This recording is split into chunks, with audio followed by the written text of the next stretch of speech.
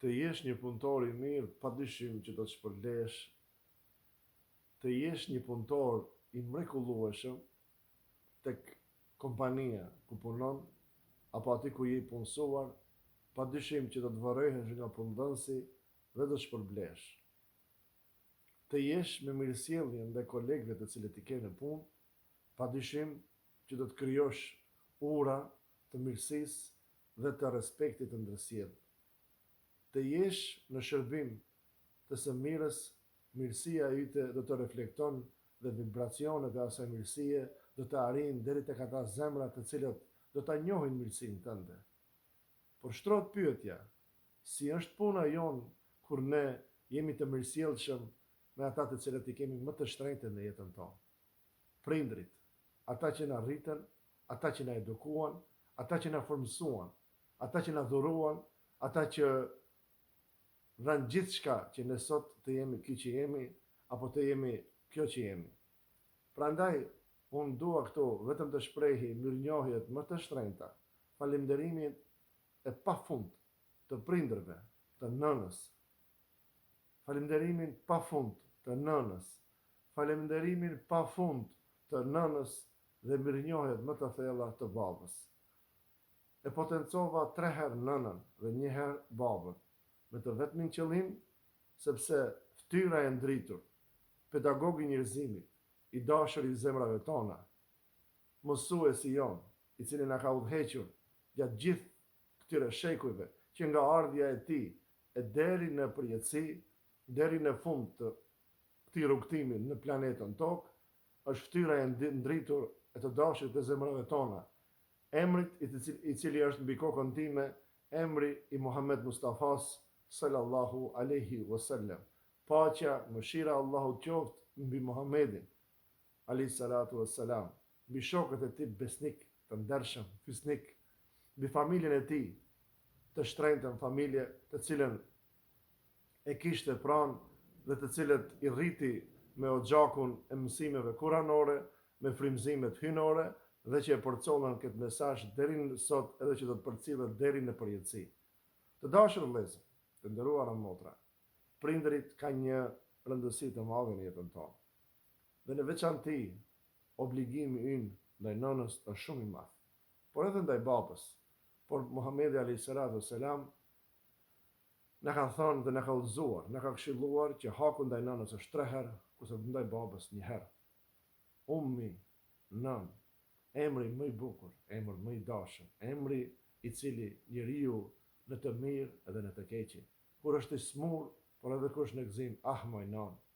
moj non, oj non, oj non. Gjithmonë ky emër neve na shoqëron. Dhe pa këtë emër ne nuk mund të shohim dritë, pas të jemi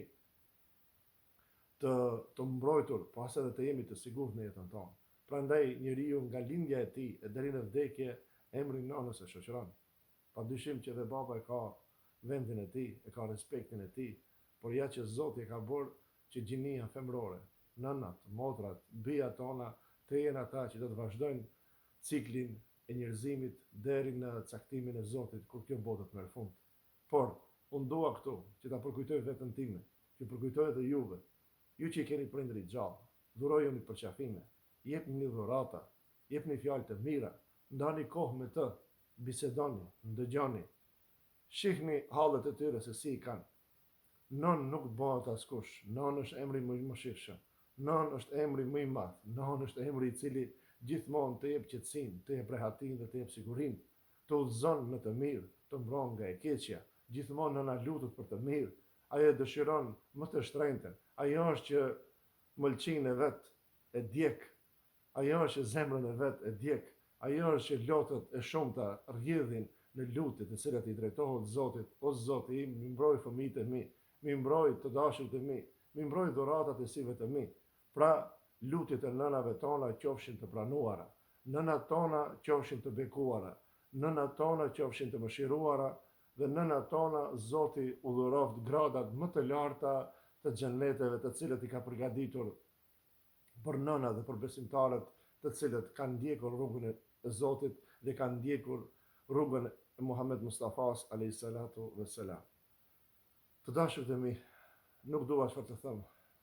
sepse Kur foli për nënën,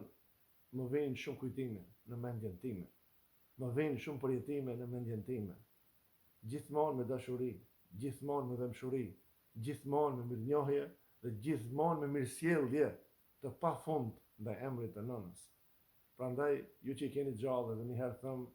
jepni kohë, përqafoni, puthni në faqe, sepse janë më të shtrenjtë e jetës tuaj. Kurse juve të cilët Zoti, për caktimin e tij, i ka marrë në botën e amshimit,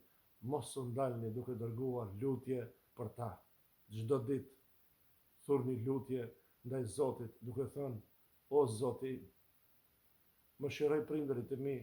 ashtu siç më mëshiruan kur unë isha i vogël. O Zoti im, bëju qëndrimin në jetën e varrit prej kopshteve të mëgatshme, bëju atyre dritë nga drita ite e pafund hynore, jepu shoqërues të mirë deri në ringjallje, ringjalli me falje, ringjalli me bekime, dhe bëri pjesëtar të xheneteve të parajsës tënde të premtuar për gjithë besimtarët e tu, që kanë dëshmuar fjalën La ilahe illallah, Muhammedur Rasulullah. Në të njëjtën kohë, dua që ju, të cilët nuk i keni në mesin e juaj, për hir të shpirtit të prindërve tuaj, ata që i keni pranë në familje, në emër të prindërve, më thonë me niyetin dhe me mendimin e pastër ndaj Zotit, dhuroni lëmosh atyre që i keni pranë. Keni familjarët e ju, do shta dikush që është më i dobën nga ju në aspektin ekonomik, më shironi dhe jepni dhurata, sepse dhuratat padyshim që janë të preferuara, që janë të urdhëruara dhe pranohen tek i madhi Zot kur jepen nga një zemër e pastër, nga një zemër e çiltër dhe nga një zemër e cila është në veçanti e dedikuar për të ndjerit, për shpirtin e tyre të bardhë, për shpirtin e tyre që të kenë dritë dhe të pranohet tek madhëria e Zotit. Siç thot një fjalë e cila në vazhdimisht më ka shoqëruar, njeriu kur largohet e përcjellin 3 gjëra: pasuria, familja dhe veprat. Familja dhe pasuria kthehen nga personi që e përcjellin në botën e amshimit, kurse veprat e shoqërojnë atë person. Prandaj, veprat e tyre le të jenë ata të cilën e kanë shoqëruar dhe lutja e fëmijëve që bëhen për prindrit që ende vazhdon. Prandaj ne të bëjmë lutje për prindrit tanë që Zoti t'i ka plënë me mëshirë, me falje dhe t'u bën dritë qëndrimin në varr dhe t'i ringjall me falje dhe t'i bën banor të xheneteve të parajsës, e cila është përplot me mirësi, përplot me bukuri, që syri si ka pa, veshi si ka ndëgju dhe gjuha si ka shiju të mirat, begatit, frutat, perimet, mirësit. O Zot, na ribashko me më të dashrit ton, të cilët ne larguan nga këto qaste dhe nuk i kemi më pranë në jetën tonë, deri në ribashkimin tonë në xhenetet e tua, në parajsën tënde, të cilën ti e ke premtuar vetëm për besimtarët të cilët dëshmojnë njohurinë e fjalës tënde, që ti je i pari pa fillim dhe i fundi pa mbarim. La ilaha illallah, Muhammedur Rasulullah. Prandaj, është kënaqësi të jesh i udhëzuar dhe është kënaqësi të jesh i udhëhequr me dritën e mësimeve të Muhamedit alayhis salatu wassalam dhe me këshillat e më të shtrenjtit, më të dashurit ton, Muhamedit alayhis salam. Zoti ju bekatoft, Zoti ju shëndet, Zoti asnjëherë mos i lash shtëpitë juaja pa mbushur me nipa, me mbesa, qoftë gjithmonë o xhaku juaj deri në fund i ndezur dhe sofrat e juaja qofshin me bekime, me mirësi, hangshin buk njerëz të cilët janë agjërueshëm, u lutshin besimtarët e devotshëm në shtëpitë e juaja dhe ju arshin misafir të cilët do t'ju vizitojnë vetëm për hir të Zotit. Mbrojtja e Zotit qoftë me ju, begatia e Zotit qoftë me ju dhe ju përshëndes kudo që jeni. Nëse sa të pak ky mesazh ju ka frymëzuar, ju lus që ta shpërndani me të tjerët, që ata të frymëzohen, edhe ata të marrin një përkujtim, sepse unë në fund asgjë të re nuk flas apo nuk kam thonë, edhe para mu njerëz të shumt kanë këshillu dhe kanë shpërnda mesazhe, unë jam këtu vetëm një përkujtues. Fillimisht ndaj zemrës time, sigurisht ndaj vetit tim